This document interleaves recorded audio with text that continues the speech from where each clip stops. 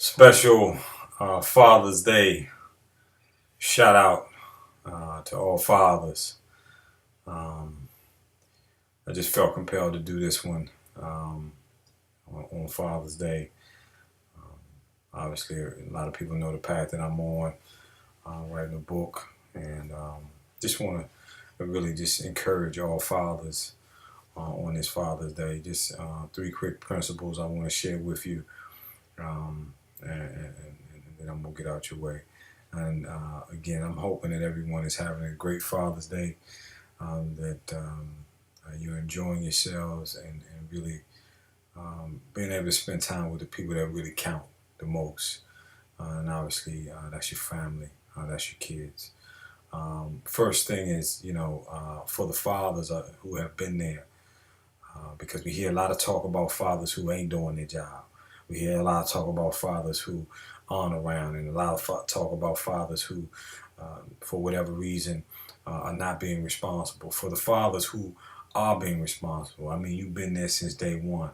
You've been there since the birth of your children, and every single day they've been able to be with you, and you've been able to take care of them and impart your spirit and impart wisdom to them.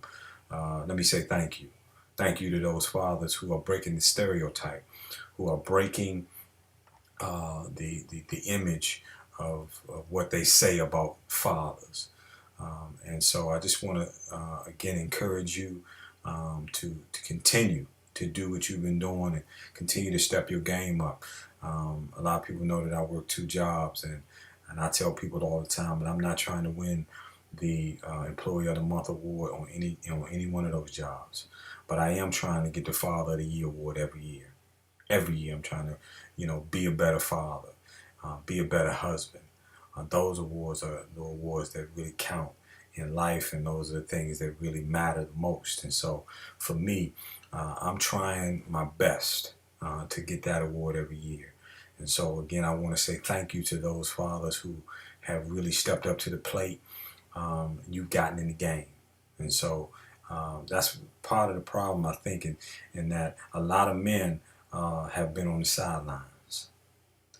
And we know, I know you'll be watching NBA Finals and so on and so forth, but the bottom line is, those of us who are not in the game, we can't affect it. The only thing we can do is cheer. And hopefully, if we're close enough, those people on the crowd, on the floor who are in the game or on the field, they can hear our cheers. That's it.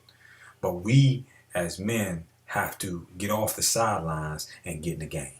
It's as simple as that. When I was looking at the school system, I saw what the problem was, and the reality of it is, God said, until you get in the game, you're not going to affect change. And so I had to go back, get my degree, and now I'm teaching. And I'm just saying, unless you're in the game, when they call the game of being a father, then you're not affecting change. Your children are losing. You're losing. Okay, and then the community in which you're around and the things that your children will eventually see and experience, they're losing. And so you are robbing your children if you're not in the game, if you're not really present in their life and giving them and imparting in them the wisdom that they will need to navigate in this world. Why? Because your children will struggle with the very things that you struggle with if you don't help them, and it'll take them under just like it's taking you under. And so the bottom line is, you got to get in the game. That's principle number one. Principle number two, when we are in the game, and we know there's some fathers who are in the home, but they're not in the home, in the sense that you're providing every day and you're going to work every day and you're paying the bills every day, but you don't know your children's deepest fears. You don't know that they're getting bullied in school. You don't know that they're struggling with drugs. That they're struggling with their sexuality. You're in their lives, but you're in the home, but you're not in their lives. And so my encouragement to you is, you got to pause for a moment and take time to really make memories with your children. Because what happens is, if you don't take those moments to make memories, when your children leave the house, the voice that they will be hearing is not your voice. They'll be listening to the voice that's in the world. they'll be listening to the voice of their friends. And when it comes time to make a key decision, a life-changing decision, whether to do drugs or whether not to do drugs, whether to have sex or not to have sex, whether to steal or whether to do something illegal, when it comes time to make those kind of decisions, they will hear the voice of their friends and not the voice of their parents, particularly their father. See? And so my encouragement to you, principle number 2, is teach them values, not rules. And a lot of times we want to put rules on our kids, and they do need some rules, but we got to teach them values. When my daughter turned 18, she went to the prom, and my wife said, did you put a curfew on? What time did you tell her to be home? And I told her, I said, I didn't. I didn't have to give my daughter rules because I gave her values for 18 years. And so she understood that her values said, I'm not going to disrespect my parents and walk in the house at 2, 3, 4 o'clock in the morning. See, she didn't have to be taught rules because she had values instilled in her. And so when she leaves this house, her value system will guide her. Her value system will say, no, I can't do that, because I've been taught differently.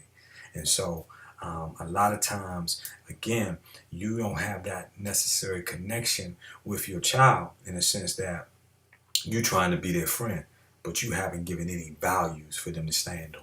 And so that's why good kids do bad things. We always say, well, man, how did he do that? Man, came from a great home, or she came from a great home, or whatever the case may be. It's the value system. And so my heart goes out to some of the young people, because that's why suicide rates are up. That's why the teenage epidemic of drugs is up. That's why kids are confused about sexuality, and they're doing things that are, an abomination to themselves and to others, and kids killing kids because there's no value system. They don't value even human life. And where do you get that first? You get that at home. And so if your father or your parents don't value enough to spend time with you, then children will find time to spend wherever they want to spend. And then that's just the basics of it.